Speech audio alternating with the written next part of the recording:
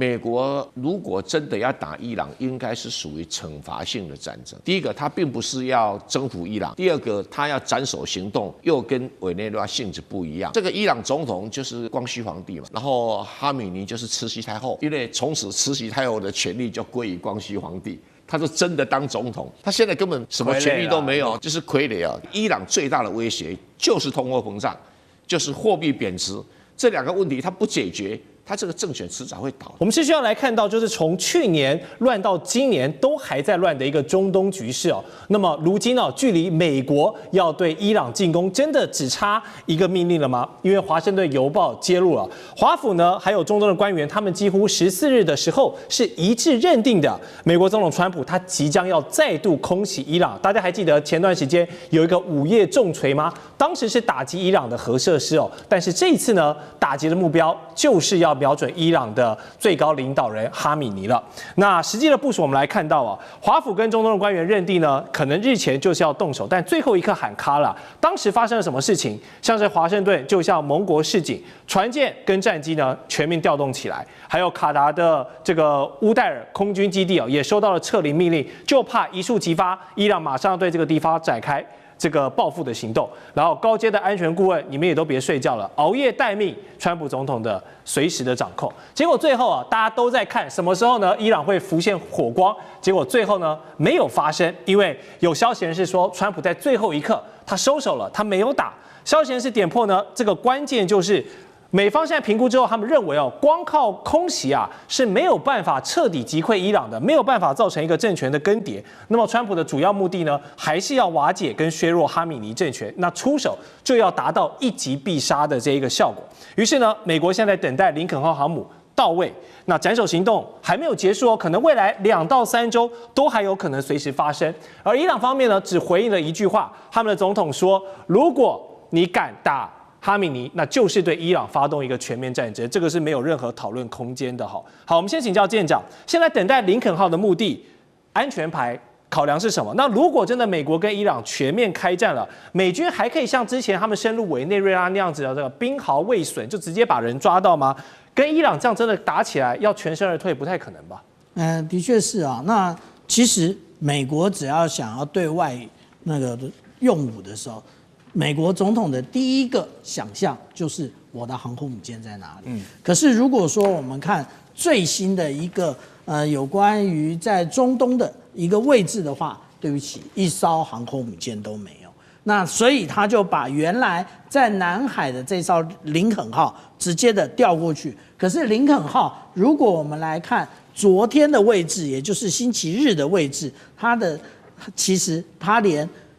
新加坡都还没到，那他还没到新加坡，然后如果说我们来看这张图的话，他还要直接的跨过印度洋的话，对不起，那都是2个礼拜以后的事了。所以我们讲到说啊，这个熬夜也熬了，披萨也吃了，因为其实在华府是有一个披萨指数，没错。那披萨也吃了，但是空欢喜一趟。但是刚刚其实主持人有提到午夜重锤这件事情啊，也就是在去年6月的时候，其实它不止一艘航空母舰。那时候我们看到的，也就是其实有2艘航空母舰在这个在这个印度洋上，也就是卡尔文森号跟尼米兹号。那但是现在一艘都不烧。但是其实有一个动态，我们大家要特别注意啊，也就是除了我们刚刚讲到的林肯号之外，其实布希号也在前几天出港了。那他出港其实是个意外吗？应该也不算是意外。如果说我们来看，这个是我昨天整理出来，除了福特号，因为它现在在这一个加勒比海之外，其他的美国尼米兹级的航空母舰全部的现在的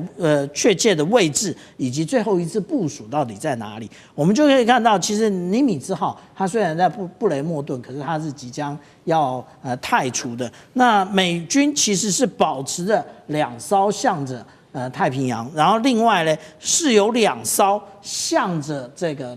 大西洋。那其中我们看到的这个布希号就是其中一艘。那当然我们也可以看到啊，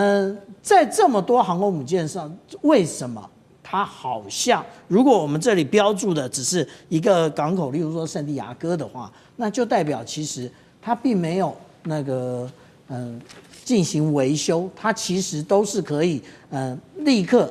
生火待发的。那为什么没发？因为其实我们讲到真正最重要的是大炮一响，黄金万两。是的，也就是航空母舰打击群一旦出去，那个消耗起来可是非常的可怕。那但是呢，我们来看到，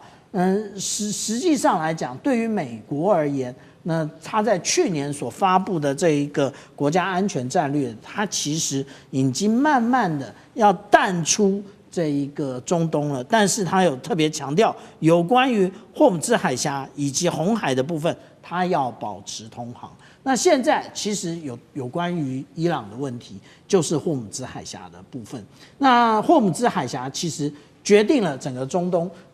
油价的高低。那如果油价涨起来了，那今年11月这个有关于期中选举的话，川普大概就准备一败涂地。所以他现在就是紧紧捏着伊朗，但是他真的想要进入伊朗吗？其实这是另外一个问题。虽然伊朗被渗透的胡说八道啊，那我们之前看到，也就是5月重锤这个部分，连它的这个浓缩铀到底在哪里，大家好像都就是无论是以色列的摩萨德或者是 CIA 都很清楚。但是实际上来讲，现在哈米尼在上一次就已经动向不明了，这一次突然鸣鼓收惊，也可重要的原因，可能哈米尼正确的位置又无法掌握。是，好，我们继续来探讨为何川普总统他犹豫，最后一刻还是收手了呢？答案可能就是2个字哦，飞弹。谁的飞弹？伊朗的飞弹。因为包括美国国家航空这个航天情报中心，还有国防情报局，他们都承认伊朗可能至少拥有14种弹道飞弹的变体哦，它的这个威胁度是很大的，射程范围涵盖整个中东。最大一款的威胁武器叫做流星3型的这个武器哦，它可以打到2000公里外的目标，所以不管你美军的中东基地啦，你的盟友以色列啦，不好意思，都在这个射程范围之内。所以如果美国轻举妄动，真的对伊朗发动了进攻，但是打了你，又没有把你打残，让伊朗还有机会呢发动这一个流星3型，那威胁到美国大兵或者是以色列盟友的生命安全，会不会这才是川普最大的一个顾虑呢？还有，如果真的如这个报告所说，伊朗拥有这14种弹道飞弹跟他们的变体，那现在等待林肯号就位意义还大吗？因为这个14号变体飞弹打过去，可能林肯号也在这个范围里面啊，拦不拦得住是一个问题。好，委员你怎么分析？流星3型要拦截不是问题啊，为什么？因为它是液体燃料，液体燃料的装填时间起码要3个小时左右才能够装填，3小时，而且它基本上不是移动性的，因为液体燃料装填的那个跟固体燃料可以机动性的移动不一样。那美国如果有足够的所谓的标准3号导弹，这或者是萨德导弹，应该拦截这一款还没有太难，那只是量够不够而已啦，量够不够。那同时呢，如果它有足够的战斗机空对空导弹也有机会拦截，所以流星3型并没有大家讲的那么可怕。反而比较麻烦的是数量很多的短程导弹，那个比较麻烦一点啊。你用那么贵的导弹标型3型或者标6去拦截那个，似乎不太划算啊，不太划算。所以美国这技术问题了哈，美国要自己去考虑啊。重点是在于说，美国如果真的要打伊朗，应该是属于惩罚性的战争啊。什么叫做惩罚性的战争啊？就是我针对革命卫队的几个据点进行轰炸，对几个教士集团这些神棍的头们，大概有30个目标，革命卫队50个目标，总共就80个目标。攻击这80个目标不是问题啊。第二个，他攻击什么？趁机攻击伊朗的所有的弹道导弹的弹药库。弹药库啊。那这个在伊朗的话，美军所知道大概有20几个地方。攻击这20几个地方也不是很难，但能不能完全销毁是一个问题。可是不必完全销毁，也可以造成重大的伤害。那除此之外，会不会再攻击核设施？不知道啊，不知道哈。所以他能够攻击的对象是很有限。第一个，他并不是要征服伊朗；第二个，他要斩首行动又跟委内瑞拉性质不一样，因为委内瑞拉就要处理马杜罗的目的是他掌控委内瑞拉的石油，有委内瑞拉的石油，根本就不担心石油涨价。然后你伊朗会怎么样？现在怎么样不理你？那伊朗说如果哈梅尼被斩首的话，对，然后要发动全面战争。哦，这个伊朗总统就是光绪皇帝嘛，是啊，然后哈梅尼就是慈禧太后，是，现在是满清末年，几乎是一模一样啊。那对于这个伊朗总统，他当然讲个体面的话。当然，那如果哈梅尼被斩首了，最大的得利者就是他。为什么？因为从此慈禧太后的权力就归于光绪皇帝，他就真的当总统。他现在根本什么权力都没有，就是傀儡啊。因为伊朗这一套制度，这种神棍政权的制度是很奇怪。那伊朗真正的问题不是美军啊，也不是以色列，这个都不是问题。伊朗不会因此而被打垮啊。那但是问题政权会被打垮啊，教士政权很可能这一次不行，下一次再来，下一次不行，隔3-5年再来，它就垮了。今天为什么伊朗会有这么严重通货膨胀？其实就是当时的跟以色列打那一场战争，以色列人家美国犹太有钱给啊，所以通货不会膨胀啊，控制得住啊。你伊朗谁给你钱？中国大陆不可能给你钱啦，俄罗斯不可能给你钱啦。所以你打一场战争，消耗一场战费，你的财政支出一扩大，通货膨胀就来了。那伊朗最大的威胁就是通货膨胀，就是货币贬值，这2个问题它不解决，他这个政权迟早会倒的，不可能不倒。哪有通货膨胀这样子的还能够存活下去？那你别看说，革命卫队发动了几万人上街头啦，什么这个怒吼那个怒吼，它都没有用，都没有用。然后百姓如果是在通货膨胀底下民不聊生，他迟早要起义的嘛，就跟满清末年一样。好吧，这个起义镇压住了，那个起义镇压，一下四川啊，一下子浙江啊，一下子哪里，你根本弄不完嘛，一下太平天国，真的，对，几次折腾下来就挂了啦。这种落后的神棍政权，在现代社会里面，如果控制不了通货膨胀，一定崩溃。是。好，刚才蔡委员有提到，现在伊朗与其怕美国的飞弹呢，真的是要先稳住国内的局势比较多，因为已经各种抗议四处在燃烧了。但是川普他曾经多次对伊朗的示威者喊话：“你们坚持住啊，我们的救援就要来了。”结果呢，却是令人失望的，因为美国的援助还没有到，伊朗当局的镇压先到了。《时代》杂志就直击伊朗这些街头的人民怒吼啊，德黑兰的民众他们怒批啊，哎呀，被川普骗了，是把我们当炮灰了。那伊朗当局也趁着这波全面断网争取时间。你表面上乍看是为了压制民意哦，它实质上是要抓出美国还有以色列他们在渗透的这个情报网，包括马斯克说要这个力挺自由的声音，所以呢，他把星链调到了这个德黑兰的上空，让民众都还有网络可以用。那这些德黑兰的抗议热区民众虽然可以用呢，但是也被这个反利用，因为伊朗可以用这段时间哦，找出一整串的美以这个通联的节点哦，把这些通风报信的料杯啊，全部都发现起来。所以川普煽风点火，却没有真的跳下来下场支援哦。现在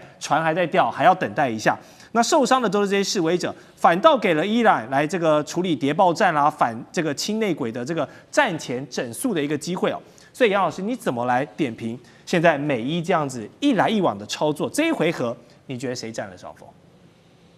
川普点火，这个是真的。不只是《时代》杂志，《华盛顿邮报》也这么指责他。是，因为你讲了1个多礼拜，说美军即将上路，你们在继续扩大抗议。对，继续闹。那虽然伊朗内部是断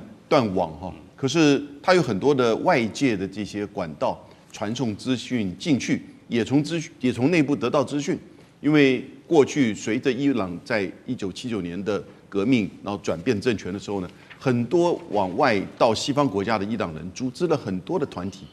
有就是民间的，有媒体的，也有政治性的。最有名的就是巴勒国王，然后呢，后来他的儿子接班嘛。对。所以相关的这个资讯其实进入到伊朗内部，也的确带去了川普的这个呼吁，继续抗议，我美军马上要来。所以的确是我觉得后来拖了这么久的时间呢，那扩大这是一个因素之一。但你说川普在这边点火，其实火不是川普点的，火只不过让这个火再继续延烧一阵子。那当然，哈梅尼后来说有数千人死亡，他如果说数千人死亡，我觉得一定破万，是可能10倍哦，真实数字10倍。真实数字真的不确定，而且一定是这个几倍于此。但是怎么点的火？那刚才蔡委员讲的很好啊，那神棍政权呢，3个层面呢，政、经，还有呢领导人。他这个政治从1979年到现在的整个制度哈，就这种政教合一神权的制度，46年的下来哈，其实已经到一个临界点。因为所有的权力都集中在最高领袖，对，而不是在政治权力，他在军事、经济、官僚所有的政策一把掌控。革命卫队只是军事，但他也做生意，他也搞走私，到后来他就是被制裁。他所有的石油是革命卫队来控制海关走私的，那还有一个叫基金会，美言之为慈善团体，但事实上呢，大概伊朗每年的20%的 GDP 都进入到这些所谓的基金会，那在做各式各样的生意，那支持的教士集团，所以从何梅尼到哈梅尼，哈梅尼现在也就是36年了，所以他这整个制度哈，我觉得跟伊朗另外一个面，什么面？它有世俗的一面。他其实1980年就开始有选举，每4年的总统选举、国会选举，国会议员有290个，在196个选区，所有的提名人都必须要由最高领袖的委员会同意，是没错。但大部分不是同额竞选，也就是说会有一些政策上的差异，温和派、改革派，所以还算是有意义的选举，虽然不是真正西方式的这个选举，但长久下来，这种世俗化，的这个诉求跟神权政权、神棍政权，用蔡委员的用语，还是有一些，就当然已经到了临界点了嘛。然后更不要说他们贪污腐化已经到了这种地步了。那第一个政治场面，那第二个经济都很简单了。那你到这几年，因为战争，因为制裁，美国的外部因素，当然制裁因素也是造成他的困境之一。那然后呢，再加上他自己本身的贪污腐化，经济严重的就是这个问题。那1美元大概现在已经来到150万里亚尔，然后呢，政治当然很简单，就是元首嘛。哈梅尼已经执政36年，现在87岁了，那他的接班人也不知道是谁，是他儿子、二儿子，还是何梅尼的孙子，也不知道。我觉得这次暴动里面会不会有一些这种派系因素在背后？有可能，我们也不知道。所以到底谁占上风？我觉得其实是伊朗现在持续的在把自己再一次的封闭起来，面临到它内部的失败。美国只不过继续的可能在去煽风点火，对，或者是让某个事情再爆发，然后它可能内部就会再有一次类似这种抗议事件。到底怎么样出现，我们不知道。希望这个不会往外扩散，因为当伊朗乱，整个中东乱会造成很严重的冲击的。是。观众朋友，今天节目一开始，赶快来关心美国跟以色列将会祭出的这个铁拳行动来攻击伊朗。现在说是倒数72小时就会做攻击了。伊朗方面则是祭出了反制他们的电磁兽现身，这背后有没有中国大陆在后面做技术上的支援撑腰呢？今天也关心的是中俄撑腰，这个现在伊朗的情势，开战是否正式进入倒数72小时计时呢？今天都会就这些议题一起做解答。3个火线话题，今天请来宾特别帮我们做解答的。以色列这次批准的最新行动叫铁拳行动，美以如果真的行动了，会在72小时内打伊朗吗？美军会派出他的地面部队吗？另外一方面，第二件事情，我们来看到伊朗的反制，包括他亮出了他的电磁兽，中国的武器跟技术到底有没有在这背后帮伊朗做支援呢？北京是在救伊朗，还是测一个新的战法？最后一件事情，我们会来关注到的是伊朗其实现在面临的是内忧外患，在国内其实有这个全国的示威活动，已经在他们的全国蔓延。那伊朗另外一方面还要面对这个开战的倒数计时，在此刻中俄的军演跟武器的援助能够阻挡得了美以的攻击吗？今天就这些议题，我们都会一起的来做关心。刚刚特别提到的这一场中东战火倒数计时，就是因为以色列的内阁已经正式传出，已经批准了了这一场铁拳军事行动，72小时会对伊朗来发动突袭。我们要来特别看到的是，其实呢，种种的迹象都显示有可能战争是一触即发的。来看到旁边的阿拉伯联合大公国已经规划了在靠近沙烏地阿拉伯的边境，为以色列新建可以容纳超过800人的一个军事基地。如果这个计划成真的话，以色列正规军会是首度的把他们的常驻放到阿拉伯半岛常驻军哦。另外一方面，我们也可以看到紧张情势现在在升温，其他国家看在眼里，也开始在伊朗这边紧急的撤侨。几个国家特别明显，俄罗斯在过去24小时内已经出动了3架专机，紧急撤离自己的人员。澳洲跟中国大陆也同步启动了整体的撤侨行动。伊朗的官方现在研判了，他们认为美国跟以色列确实正在实质的筹备军事的行动，马上就会做动手了。另外一方面，伊朗的革命卫队空军也已经开始在自己的境内西部地区全面的活动，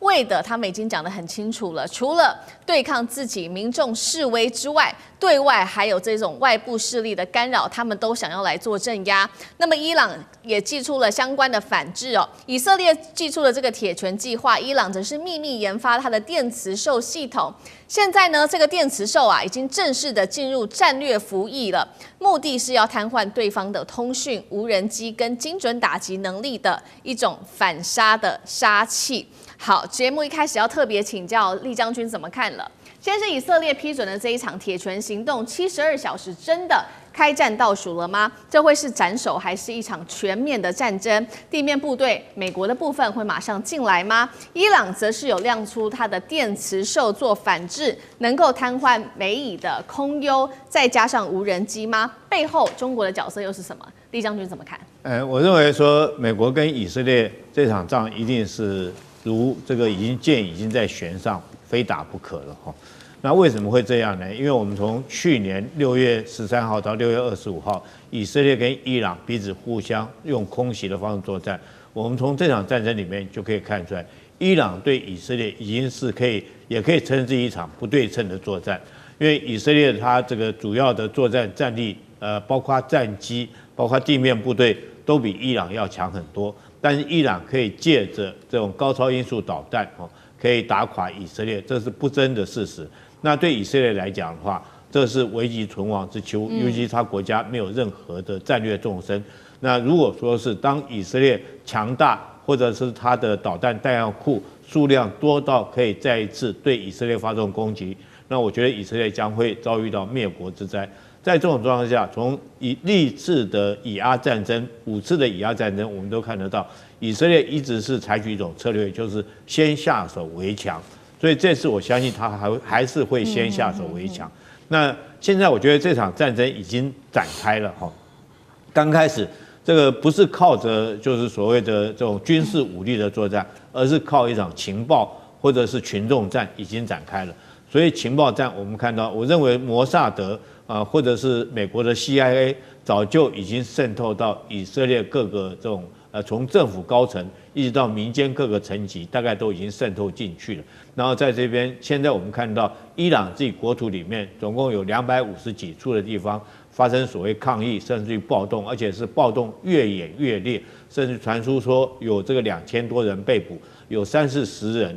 这个已经上升的这种状况。我认为这背后一定有美国或者是这个以色列摩萨德情报战的力量在里面。那第二个，在经济战方面，我们也看到以色列这时候对他们或者是美国，是不是对伊朗也实施相关的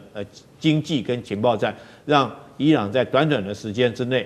这个通膨突然爆炸了这么严重，这个原来一张地铁票在不到24小时从7万里尔拉涨到10万里尔拉，只是一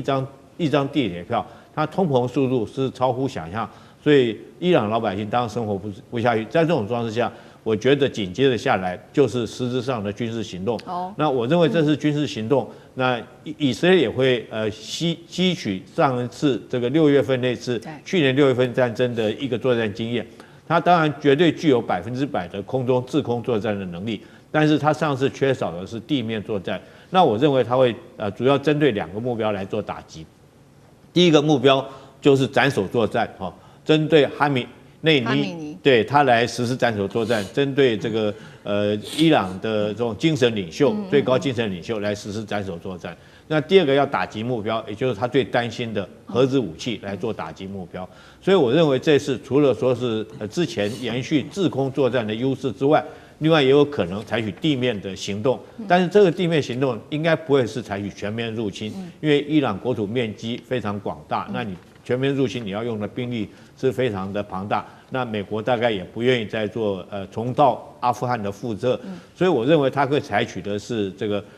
委内瑞拉的这种模式，就是用特种部队进去里面然后对这个他们精神领袖哈梅内伊实施斩首作战，那或者是对这个核子武器、核子设施来实施破坏攻击。所以我们看到美国这次来讲的话，说现在运到欧洲去的武器，大部分都是以这个实施地空整体作战为主的武器，包括到我们看到他用C-17运输机运去的所谓对地的攻击直升机，包括阿帕奇、黑鹰等等这款直升机，还有它的 AC-13洞都是空对地实施直接支援打击的这种武器。那如果再搭配它的三角洲特种部队，我认为对于他们所谓的核设施来实施直接攻击破坏、物理性的破坏，还有对他的哈梅内伊实施斩首作战的可能性是非常高。那目前看起来，伊朗在这方面虽然说他们的这种总司令也放话出来说一定会坚强抵抗到底，可是我们要有待观察。我觉得在民心已经失去的状况之下，伊朗到底还有多大的一个抵抗的持续力？我觉得跟去年6月份是不太一样的。那你想要只靠一个软性的电池作战，就想要瘫痪掉美国跟以色列？大家不要忘记了，美国跟以色列来讲的话，在科技作战、在电子作战，它的作战能力绝对不会比你伊朗还要差。那你国家已经穷了那么久，那我觉得说，你这个伊朗的抵抗可能这个实质效果不大，反而是后续来讲，我们看看中国跟俄罗斯会怎么样出手到什么程度来帮伊朗，这倒是后续值得必须要观察的一件事情。好，厉将军特别帮我们整理，可以看到现在战事一触即发，现在说倒数72小时，将军特别帮我们提到，接下来美以采取的策略可能会包括了有在制空、还有地面、特种部队等等做这个斩首行动，打倒哈米尼之外，包括了这个还有他们的核武设施。那另外一方面也要看看这个伊朗接下来的反制。请张将军来帮我们看他这个电磁兽的反制系统到底有没有功能啦，就是瘫痪美以的空优跟无人机，还有刚刚特别提到说，那有关于这个中国大陆跟俄罗斯又可以帮到哪一种程度？张将军怎么看？我看呢，这个以色列跟美国来动手对伊朗动手，我们可以看得出要有个对照组，就是委内瑞拉。那委内瑞拉91万平方公里，但是在伊朗的话，它的面积就比较大，将近2倍，164万平方公里。换句话说，要对伊朗动手，难度是比委内瑞拉要高得多。那在这个方面，我们可以看有很多相似的状况。第一个，双方收入都低。你要看伊朗它现在也非常贫穷，因为经过美国40年的经济制裁，它的国民所得才4300块美金。你看多少？这只有大概台湾的1/9。换句话穷到民不聊生，4300，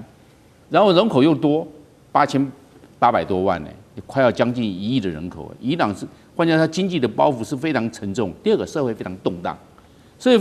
示威不断，然后到现在为止，已经在示威还有这种冲突当中，已经死亡最少45个人了。你看看，这比在委内瑞拉动荡还大，因为已经死那么多人。所以对立非常的严重，它就让人民跟这个社会动荡，人民跟政府之中是相互的对立。第三个，间谍内应，委内瑞拉有内应，里应外合。那现在在伊朗也是里应外合。上一次的时候，我们在去年2025年，以色列还有美国派的这个 B2 的幽灵轰炸机的这个轰炸，竟然还有无人机是从这个伊朗内部起飞攻击伊朗。这都是以色列安排好的。我们换句话说，这一次的行动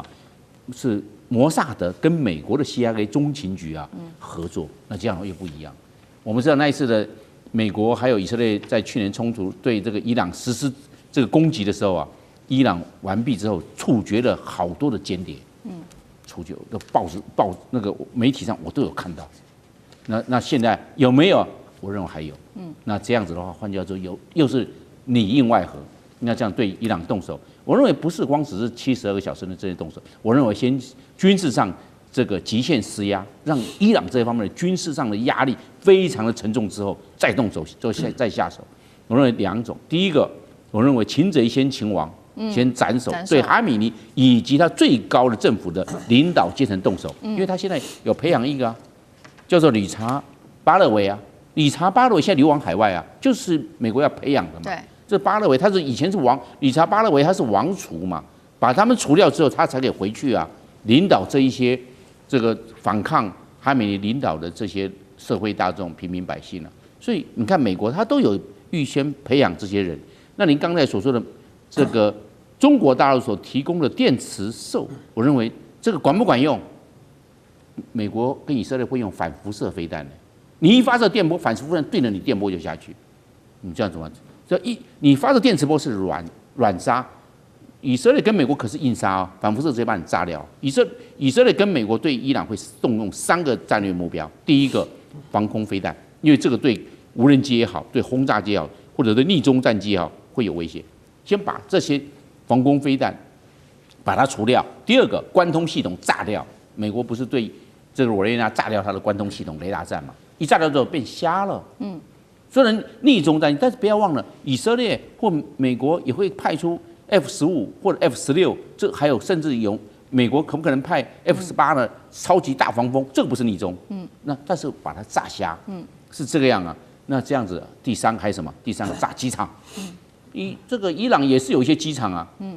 那这样子的话，伊朗的空军空防几乎都没有了。我们看，但是伊朗有一个好处是在什么地方？德黑兰的首都，首都在内陆，不是像这个我们讲到的委内瑞拉就在海边啊，对不对？这个卡拉卡斯就在旁边啊，就在海边一进来就到了。但是德黑兰不一样，德黑兰在里海的南端，在内陆是沙漠地带，人口800多万，所以这个就有困难度了。所以，但是美国的 CIA 跟以色列的摩萨德的情报机构可能会做得很好，还有在太空中的人造卫星可能会掌握他们的动态，因为他们有时候也会通联。那我认为还有一个就是看一看美国最近几天呢，在五角大厦附近的披萨店，披萨店生意好不好？披萨店生意如果稍微高一点点的时候，那还没有要动手，一到巅峰的时候，那披萨店忙不过来啊。那这个大量的这种我们讲的外送的一直在忙了，就是要动手了。我认为伊朗要赶快去看那个披萨店，这是很准的，对，就跟汉堡店，披萨指数就来了。换句话，这个方面的一个是斩首行动，另外一个还有一个就是刚才厉将军有讲到的核武设施，上一次还没有打完。我认为那上次那个 B2 幽灵轰炸机啊，派了6架，带了12枚专利炸弹呢，很厉害。但是问题是还没有全部破坏。为什么？所以这次要动手。我认为就是为什么要动手，不是光为哈米尼哦，他们已经有内应有情报。核武设施并没有破坏殆尽，这一次也要对它做动手，所以是双重斩首行动加上破坏核武，这是这一次的双重目标。好，我们看到伊朗现在面对非常非常大的军事压力，来自于美国跟以色列。那这一盘棋，其实我们看到不只是这个伊朗自己的一个角色，现在说这个外部的其他国家能不能对它有更多的支援？我们要看到2个国家，一个就是中国大陆跟俄罗斯哦，因为这个最新的消息，他们也把手伸出来了。中国大陆它的唐山号驱逐舰8号正式的抵达南非了，接下来它会参与从今天开始一直到9号到16号由大陆主导的和平意志2026的联合的海军演习，那么俄罗斯的军舰也会再加入在这当中。川普早就说了，这个金砖国家就是反美的军事轴线。更核心、更关键的事情是我们也要看到，现在中国大陆针对于伊朗武器上有哪一些的进补呢？他给了他哪一些东西？画面 CG 我们再来带观众朋友快速的看过一下，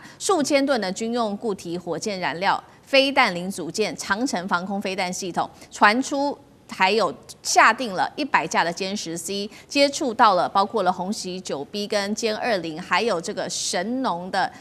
雷射系统等等。那么我们也看到这个，包括在内部，伊朗现在确实这个示威活动持续延烧，网络遭到切断，目前统计45人死亡，2000人被捕。中俄这一次在军演再加上武器的大书写，能救得了伊朗吗？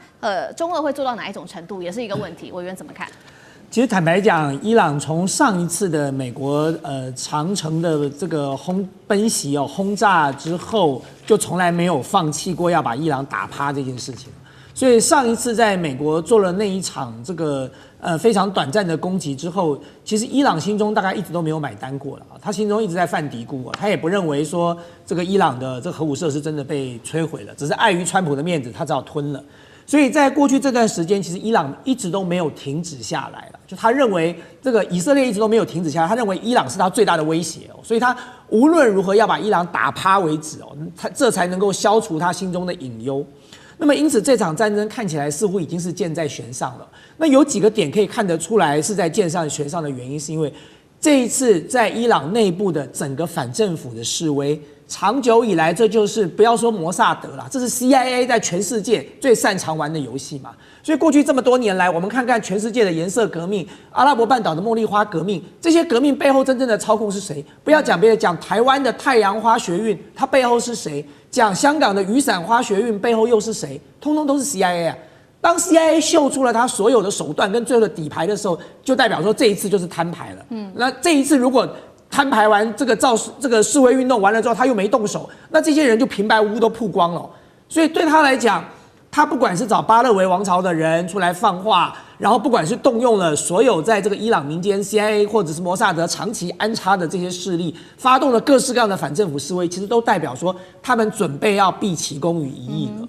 那么我们刚才在讲说，你说中俄的武器能不能够扭转战局哦？我认为有帮助哦，但是要扭转战局不容易。不容易的原因就是大家可以看一下委内瑞拉嘛。过去在委内瑞拉时，大家都提到说委内瑞拉有多少中俄的军事装备，装备很好没有错，可是要部队的素质精良才行啊。就如果说军队的素质不够精良，战斗意志不够坚定啊，你给他再多的武器，他都打不赢胜仗的。大家不要讲别的，光看看神学式政权是怎么在阿富汗打垮美军的。美军的装备难道不好吗？为什么去节节败退？因为政府军他的素质跟他的战斗意志的问题哦。所以我觉得。中俄的装备是在近期才大量的进入伊朗哦。就算伊朗的这个革命卫队，他们有战斗意志，他们素质也不错，可在这么短的时间之内要娴熟这些装备的使用，恐怕还是有一定的困难哦。但是我要回过头来讲两件事情，就是说对伊朗来讲哦，就是说伊朗当然前车之鉴，他不可能不知道他当时是怎么被轰炸的。所以你说，如果美国还要走当时的那个路线，来一次长途奔袭、空中加油，再来一次 B 度轰炸机的轰炸，我认为可能就没这么容易了，因为他们上次已经打过一次了。所以呢，美国要再故技重施并不容易。那更不要提到说，伊朗看过美国怎么对委内瑞拉的，所以你像哈米尼也好啦，他们革命卫队的将士也好，重要的这些领导也好。该躲的、该藏的、该做的防范都做好了。就是美国上次呢，已经是一个反美政权的教科书了。就是你不要被美国猎杀掉，你不要被美国斩首掉嘛。所以接下来，如果美国要再用委内瑞拉那一套，恐怕也不容易。那你最后你看到的就是最有可能的，就是像刚才两位将军提的，那就必须真的展开实质的攻击了，不是这么简单的外科手术式的这个斩首就可以解决掉了。好，那就算美国跟以色列在这一单赢了。我也不认为长远来讲对美国跟以色列是一件好事了。当然，对以色列来讲，他可能也不在乎，反正他结的仇够多了，他也不多加这一拖。但是对美国来讲，大家不要忘记哦，伊朗不是委内瑞拉，伊朗还有宗教的力量是存在的。所以全世界的恐攻恐怕又要再度兴起了嘛。当你今天把伊朗这样子猎杀掉了，然后政权把它推翻掉了，你真的认为你就可以把伊朗整个吃下来了吗？巴勒维王朝当时是怎么垮的？巴勒维王朝如果有真的这么英明、这么神武的话，当年不会垮的。所以今天你再把巴勒维王朝找回来，就跟你当时把伊拉克、把阿富汗拿到之后，你找了傀儡政权来是一样的。你能够支撑多久？美国接下来要不要驻兵？接下来反过来的反政府示威，就是其他的这个现有的这个伊朗现在的这些宗教力量了。那么巴勒维王朝应接得过来吗？所以接下来美国要不要陷入伊朗这么大的一个泥淖里头？对美国来说，恐怕要这个仔细的好好考虑了。那当然，你说对川普来讲，他可能不在乎，但是这个长远的后果，美国就必须要来考虑来承担了。好，战云现在压到了中东国家，今天要特别关心到的是伊朗，因为美国跟以色列已经要对伊朗开战倒数了吗？空袭名单现在也出来了，但是另外一方面，伊朗有没有谁来撑腰呢？现在根据了解，中俄的武器都会有办法来撑腰伊朗，那中东是否引爆这种全面的战争？今天会一起的来做解读。好。我们可以知道，这个川普呢活捉委内瑞拉的总统之后，马杜罗之后，下一个目标现在直接被点名的就是伊朗，而且呢，根据厉将军的说法，最快可能下周就有可能动手。现在在伊朗这边可以说是战情密布，包括了美国跟以色列已经全面启动了所谓的战前的部署了，从各种武器的迹象，我们都可以看到好像要打仗起来了，包括了军备、士兵跟航舰、空中力量，现在都往伊朗这边走。以色列总理纳坦雅胡最新喊话，他说：“我已经准备好了，随时我们就会对伊朗来动手。” X 平台上面的这个博主，他也特别引述了多家伊朗跟阿拉伯媒体来同步做了一个警告。他说，美国跟以色列正在准备新一波这种要做的针对伊朗的瘫痪式的空袭，目标就是要瘫痪伊朗的整体的防空系统跟它的导弹的基地。好，确实现在呢也有民众目击到说，当时啊活捉这个马杜罗的三角洲部队竟然在伊拉克境内有民众看到是现身在街头。好，这是根据媒体的报道。另外一方面，其实呢，在过去几天而已，短短数小时之内，也被发现了数十架美军空中加油机跟它的重型运输机，从美国的本土，甚至是从英国的基地，正在密集的升空往中东的方向前进。也有伊朗的民众回报说，好像看到了美军的 P-8A 海上侦察机进入到伊朗的荷姆兹海峡巡弋。好，厉将军特别帮我们指出了呢，现在伊朗正在积极的补充它的导弹，还有增加导弹的技术等等。那么纳坦雅胡其实他现在非常的紧张，因为以色列没有什么国土的纵深，尤其是跟这个委内瑞拉相比，它是靠海的。那我们可以知道，伊朗呢它是内陆国家，一旦呢遭到了导弹的攻击，没有什么可能会遭受很有可能遭受灭国之灾。好，我们特别请教厉将军怎么看？下一步真的会是伊朗吗？那美以现在的军事部署是威吓，还是准备进入开战倒数？首先我说明一下，我研判哈，美国跟以色列下一波来讲，就不只是瘫痪式的攻击，而是会地面部队直接入侵哈。到底会有多大的地面部队？可能不至于说是全面的这种开战，但是会用这个所谓像马杜罗方式的这种特种部队直接进去哦，遂行斩首作战的可能性是很高哈。第一个，我们来看到去年6月12号、6月13号到20号。这12天，伊朗跟以色列的互相空袭之中，以色列用的是战机，那伊朗用的是导弹。那伊朗初期的时候，它所发射的导弹，以色列大部分可以拦下来，将近90%。但到了战争后半期来讲的话，我们看到以色列当然它自己对空导弹的数量慢慢数量有减少。第二个，它这个伊朗也寻找到所谓突破这个以色列防空火网的这种诀窍，所以它命中率就渐渐提高了。它突破的防穿率后来甚至有到50%以上这么高的突破，这个以色列的防空拦截率。我们看到它后续命中的，包括内塔尼亚胡的这种宿舍被打到了哈，以色列的国防部相关的重要情报设施甚至于港口、机场都被命中。那反观的以色列，因为它的拦截的导弹数量慢慢的减少，被消耗光之后，它的防空性能就减低了。所以这时候，如果说是伊朗在这段时间，它继续这个补充它的导弹弹药库的数量，然后也继续提升它的导弹性能，提升它作战的技巧，那很可能下一波，如果说万一开战来讲的话，以色列还能不能够像6月份那次能够拦得住这导弹，可能就很大的一个疑问。因为很明显，从这一波的攻击里面，我们发现战争形态已经改变了，而且是对以色列不利的改变。以色列在这边以往之所以能够称霸欧洲，靠的是它强大的制空能力，还有它地面的战车部队。但是这次我们看到，纯粹如果说就导弹攻击来讲的话，跟以往的战争形态有很大的改变。好，这是第一个。那目前得到的讯息是，伊朗不断的在加强它的导弹库的一个扩充跟这个建设。好，这是第一个。第二个来讲，我们从上次的战争检讨，我们发现以色列最后他功亏一篑，美军也功亏一篑，没有能够彻底的将伊朗的核设施炸毁。主要是为什么原因呢？我认为就是因为它只靠空中制空的作战能力，而它没有地面部队的能力哈。我们看到美军不管是 B-2 轰炸机丢的专机弹，或以色列，虽然你就算整个瘫痪了伊朗的所有空中，可是因为你没有地面部队进去，所以造成你功亏一篑。但是我们看到这次，我们看到大家看一下，现在美军这个到这个欧洲去的是C-5运输机跟C-17重型运输机。但是运输机里面装的是什么呢？我认为装的是所谓的这种黑鹰直升机或者是阿帕奇这一类的攻击直升机所以这很明显，如果装载这种直升机，就是对地攻击的武器。第二个还有一架飞机这个特别引起我注意的就是 AC-13它是 C-13是运输机，可是为什么加个 A 呢 ？A 是攻击的意思 ，attack 它在这种 C-13运输机上面装了1洞5的这种榴弹炮，可以从空中对地面发射火炮，那火力是很猛烈的。那这种飞机这些飞机有一个共同的作战的任务，就是所谓的密接支援对地作战。那密接谁呢？可能就是三角洲部队这个对三角洲部队，我一个特种部队进去以后，我在空中对你可以实施火力的直接支援，不管用直升机或者空中炮艇对你实施火力支援。所以我认为从这个研判，美军三角洲部队进去，用这些对地支援作战的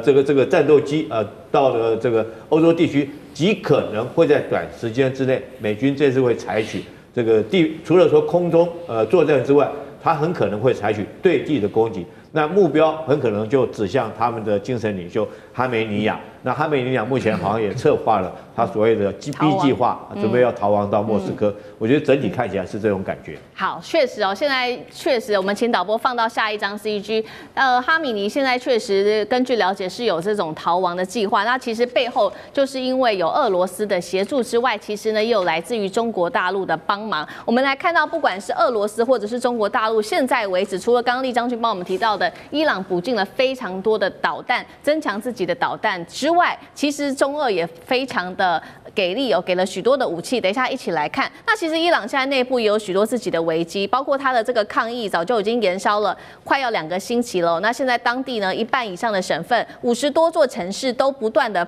爆发示威镇压升级，已经造成36人死亡。刚刚特别提到，从中国大陆跟俄罗斯又给了伊朗哪一些支援呢？首先看到的是中国大陆的部分，给它的是数千吨的军用固体的火箭燃料，还有飞弹零组件、长程的这一种防空飞弹系统，甚至呢传出这一些都是传出的。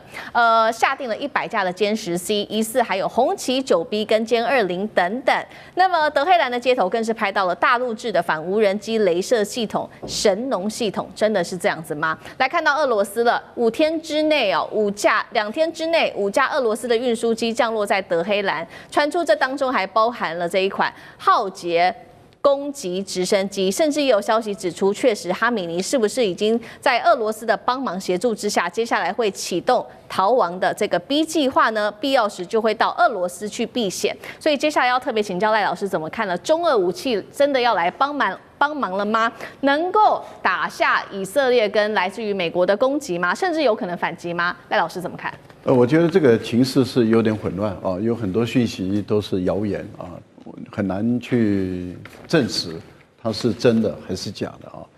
但是我们来看一下前段时间以色列跟美国对于伊朗的攻击，那是卯足全力来打的打了结果怎么样？因为地面部队是不能够介入的，原因很简单，就是伊朗本身它是100多万平方公里它的国土面积是164万8千多平方公里，很大它的人口数很多，8000多万人口再加上伊朗的国土跟一般的国家不太一样，它是一个中切的所以美国在过去好几届的政府都试图想要去攻打伊朗，没有一个政府敢下这个决心。最主要就是因为它的地面部队投进去的话，全部会被卷入这样的一个中切的一个领土里面，基本上它跑不出来而且也作战没办法打进去，而且基本上因为人口数太多，逊尼派的凝聚力很强80%以上都是逊尼派的，不是什叶派的，80%以上都是什叶派的，这些人，他们的凝聚力很强。所以我们可以确定的一件事就是，美国曾经尝试企图，但是最终不敢用地面部队去打。美国曾经想说，我先把阿富汗打下来，再把伊拉克打下来，那这样的话，我就东西夹击这个伊朗，我就有一个出动地面部队的支撑点。我先用火力在阿富汗跟伊拉克对于伊朗实施这个密集性的周波性的饱和性的攻击以后，我再把地面部队打进去。但是我们看到的结果是怎么样？结果是没有办法如愿。第一个就是他在阿富汗建立不了根据地，因为在阿富汗他占领了以后，本身就受到塔利班游击部队式的袭扰。第二个，他占领了伊拉克以后我们看到伊拉克跟伊朗都是属于什叶派的人。伊拉克很快的就改善了跟伊朗的关系，伊朗的民兵组织就进入了伊拉克，所以美军在伊拉克本身内却面临了伊斯兰国，也就是逊尼派的对于他的反扑，所以美军卷入在伊拉克的一个作战，所以他2个基地都没办法使用。那最后一个就是巴基斯坦了。巴基斯坦跟中国是铁杆的兄弟，美国也不可能使用巴基斯坦的基地来对于伊朗实施攻击。你想想看，对伊朗来讲，他根本没有任何切入点，他找不到任何切入点，所以他的地面部队根本就不敢派进去。这是在过去几十年以来，美国的政府从来做不到的事，也不敢做。那唯一能够用导弹来攻击，可是导弹的攻击，中程的导弹是昂贵的。以色列如何来炸这个伊朗呢？所以我们看到他最终后来是派空军轰炸机进去，美国也是派轰炸机进去，因为这个中远程的导弹是贵，而且产生效果不大，要派轰炸机。现在的情况就是中国大陆协助伊朗所建立起来的这个红旗9的一个导弹，那就要看伊朗本身的这些军官、士兵们对红旗9的使用的熟练度。另外一个部分就是因为我们不知道有多少套进去。伊朗的国土面积这么大，多少套进去是一个重点。还有就是有关于这个歼10C的一个采购，你采购了到飞行员的训练形成战斗力，这还早，所以它能产生的功能效果，我们不能够把它列入计算。有关于歼20，那是别想，中国大陆歼20是不外销的，所以这绝对是谣言，这不可能的事情。那打下无人机的雷达系统，这个比较容易。所以我个人觉得，以色列跟美国来讲，放话的成分极多，但是搞内部颠覆的可能性是最高。这也就是为什么突然间伊朗内部爆发出一半的省份都有因为通货膨胀而爆发的矛盾跟冲突，这个倒是美国 CIA 的专长。委员又怎么看？那哈米尼现在是很危险了吗？另外一方面就是美以，然后中俄伊这样，委员又怎么看？美国以色列的战略目标不叫打伊朗，他打2样东西：一，伊朗的教士政权；二，伊朗的核设施。对于这2个性质跟委内瑞拉那个性质不太一样。目前的伊朗的教士政权已经开始动摇了，所以这个要他更动摇了更厉害，他当然会用武力来施压嘛。武力来施压的话，哈米尼当然要藏好一点嘛，因为教士政权的5大家族，说不定就是成为被铲除的对象。因为包括三角洲部队啦，包括以色列的精准炸弹啦，然后要把伊朗的教士政权当作真主党那么容易铲除，也实在是不太容易但是话又说来，又很容易，为什么？这些人真的没地方逃。你说哈米尼可以逃到俄罗斯，俄罗斯不可能所有人都收嘛，5大家族都收也不太可能那现在这个伊朗的教士政权的确已经到了伊朗人民天怒人怨这个贪污啦、腐败啦、垄断商业啦、收贿啊、卖官啦，无所不用其极。你只要想想比清朝末年更可怕的局面都出现了。这美国就是要利用这个时机利用这个时机，那所以才会放话说，你如果开枪打示威者，然后我就 K 你所以现在他是在执行如何进一步动摇教士政权的一个方法，因为伊朗是向来都有世俗政权的传统，伊朗的历史上很少教师政权，这是科梅尼搞出来的，然后教师又不善于经营国家，不善于治理国家，而且将贪污腐败，所以就给了以色列跟美国可乘之机呀，抗议一定会持续下去，因为老百姓日子不好过嘛。那再加上美国的煽动，对不对？那当然会花越搞越多。那第二个就是核武器也会被炸掉啊，当然大概就是2样而已哈。那如果不是跟这2样，大部分地方是没有关系，因为它重点不是伊朗的石油嘛，不是。好，接下来关心，没有想到在此刻，英法联军轰炸叙利亚，难道第三势力要正式的进入到中东了吗？川普恐怕进攻伊朗吗？这是另外一个议题，今天我们来做讨论的，因为现在看起来似乎有种种的迹象显示是有可能的。普丁则是出手军援，在此刻去军援伊朗。我们等一下也会来关注到的是俄伊同盟力抗美国。赶快来看到的是最新消息，在美国去抓了马杜洛之后，欧洲国家也另外一线正在开火当中。这一次是英国跟法国的军方一起空袭叙利亚境内的伊斯兰国它的地下的军火储存设施这边。英军我们看到它出动了哪一些武器呢？多架的台风战机，还有航海加油机空中做支援，跟法国的军机一起做联合出动。英国的这个国防部还非常的有信心说，我们打得非常的精准，我们投掷的导引炸弹是已经精准命中了武器库而已。旁边的这些平民都没有任何人受伤。但是我们今天要问的问题是，为什么英法要选在这个时间出手呢？是不是因为川普才刚进军这个委内瑞拉，他看到了谁说，谁拳头大，谁就可以在这个世界，在这个全球拥有真理？所以这一次，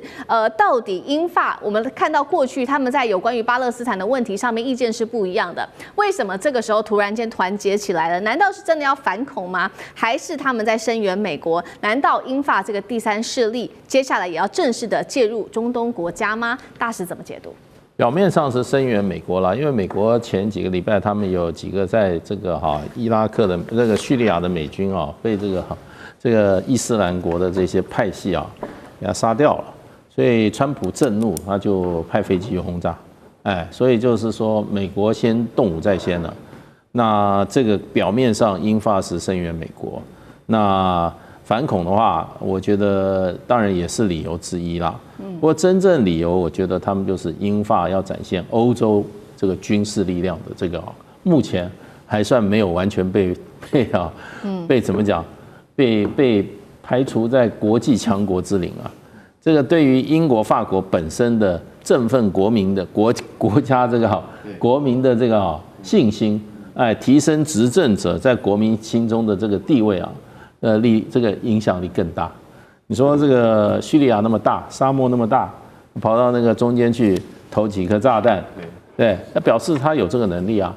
对不对？你要飞机，你要能够飞那么远，而且在国际的这个，其实那个地方有点国际三不管，叙利亚根本就没有这个力量。大部分是哪2个国家的力量？这个地方最主要是美国跟土耳其的力量。那所以这2个国家，美国已经先动手了，因为美军被杀，对，美国也好久没有在那边动手了。美军被杀，川普才叫出去，所以就趁这个机会展现一下英法还是一个怎么样有打击，在海外执行打击任务的，这是一个这个军事力量，不要被人家看衰。另外，欧洲也一直在讲要搞这个欧洲军，我想这也是某种程度展现他们不是空口说白话，还有一点行动能力。好，欧洲展示它的在国际上面的军事威慑力。那美国呢？美国仍然是持续的，也好像还有其他的动作。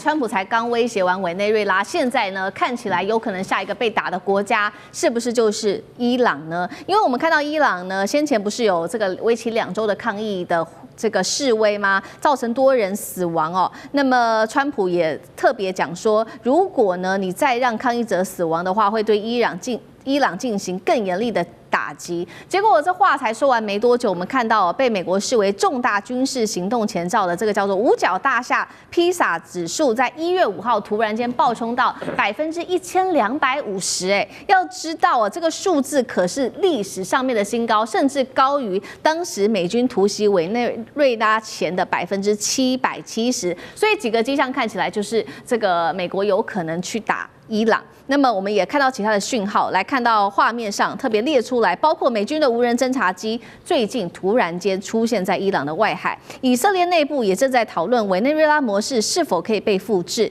第三件事情是美军的大型运输机也向中东这边集结了，社群平台甚至是释放大量的战前的这个气氛的一个讯号，每一个讯号都在说，好像美国正在进行准备下一步了。真的会是川普下一个攻击的对象是伊朗吗？他会不会复制打这个委内瑞拉的模式，也复制在哈米尼的身上，还是他会直接来轰炸？上志哥怎么看？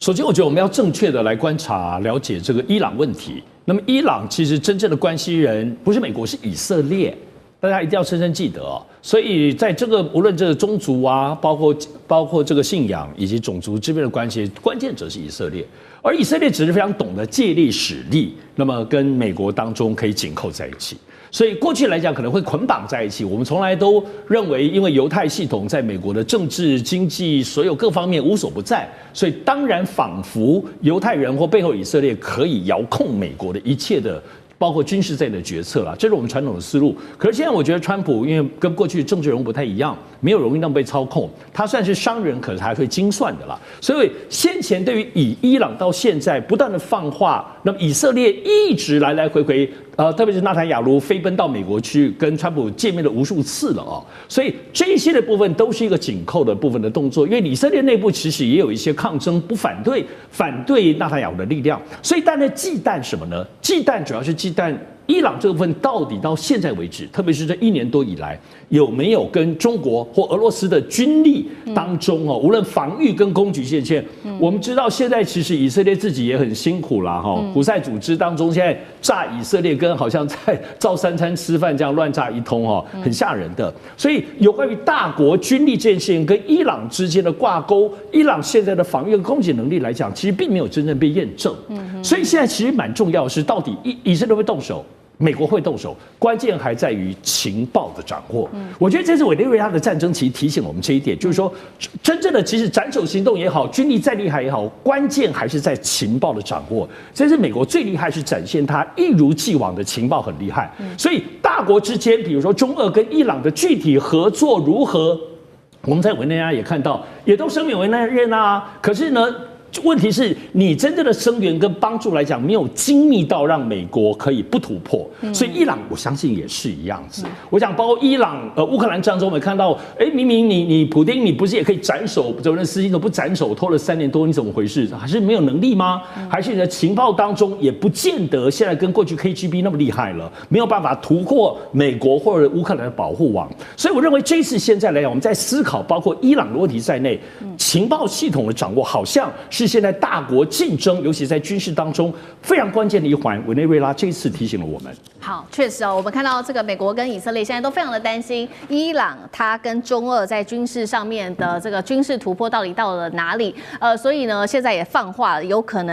没有可能就是会打伊朗？但是在此刻呢，莫斯科它似乎正在悄悄的帮助伊朗来声援它，尤其是在军事上面，莫斯科现在正在声援，那当然也引爆了这个区域的安全紧绷。我们来看到这是实际发生的，过去48小时，俄军总共是出动了它的重型运输机至少5架次降落在伊朗，重点是它是高频的不寻常的航线，好像看起来就是要躲避西方的监控。那么运输机上面载着什么呢？看到画面，包括了现在根据了解有这个浩劫武装直升机，第二个是配套的弹药跟地勤系统等等。我们请干哥来帮我们分析，可能俄罗斯这一波重型运输机到底在装什么？传出哈米尼现在也很紧张，好像有一个计划，他要逃到莫斯科去，有没有可能呢？难道伊朗的政权真的面临危机了吗？好，俄罗斯最近48小时，也就2天之内，有5架次 IL-76一流升76重型运输机。好，我告诉各位，这就是要打起仗来的时候，俄罗斯最重要的战略运输机。OK， 它的地位相当于我们现在国产的运20，我们现在新的运20运输机，它都属于战略级的，它不是一般那个区域性的那种小飞机了。这些运输机往返5次，那你就觉得很奇怪啊，因为当然 IL-76它曾经当过商用的货机，可是这个从俄罗斯空军飞来，那一定是军用机。那它飞来载的东西绝对不会是商用物资，结果一看，哦，原来是 Mi-28的浩劫直升机。Mi-28是俄罗斯最先进的攻击直升机，相当于台湾的阿帕奇啊，你可以这样去看它，它就是台湾的阿帕奇啊。不过性能还是比阿帕奇稍微略逊一点，可是它一定载送了相当的 Mi-28给伊朗，这意味着什么？意味着可能要预防斩首 ，OK？为什么？因为这种直升机专门对付低空目标，也就是说，如果有无人机或者是有特战部队要降落在总统府附近，就是说，比如说要斩首哈米尼的时候，这种直升机是最有用的。那对不起，马杜罗就是没有这种直升机，不然他很可能不会被斩首，知道吗？委内瑞拉就是没有攻击直升机，一架都没有。所以其实 Mi-28其实很好用的，那所以在我们自己国家的，我们台湾自己本身的防卫作战里面，也把反斩首的阿帕奇当成很重要的一环。所以你可以看到，从这个直升机被紧急运到德黑兰了，你就可以去想象，哈米尼是怕了，高龄86岁了，已经带领这个国家30年了，接下来我跟你讲，最有可能是不是被美国斩首？是被尼坦雅胡斩首，因为以色列才有这个决心。为什么？因为以色列最忌惮的是伊朗，比美国还要忌惮。对，为什么？只要以色列能够那个斩首哈米尼的话，那我跟你讲，全犹太人都会欢欣鼓舞。为什么？因为这放在心中那个刺已经很久了。虽然这几次的，比如说12日战争，以色列是打赢了，但是他们没有办法保证伊朗接下来的核子设施以及它的浓缩铀计划会不会一夜之间就完成了？一旦完成，对以色列来讲，那是灭国的危机。所以说，以色列很有可能会来执行这种计划，就是说，将来有一天，如果说美国允许的话，我来斩首。但是我必须要强调，伊朗不是委内瑞拉，伊朗有阿拉伯世界里面最强的空军。跟最优秀的飞行员，他现在就是说，除了埃及之外，第2强的就是伊朗空军。他以前有很辉煌的历史，也就是说，他在跟伊拉克对打的时候。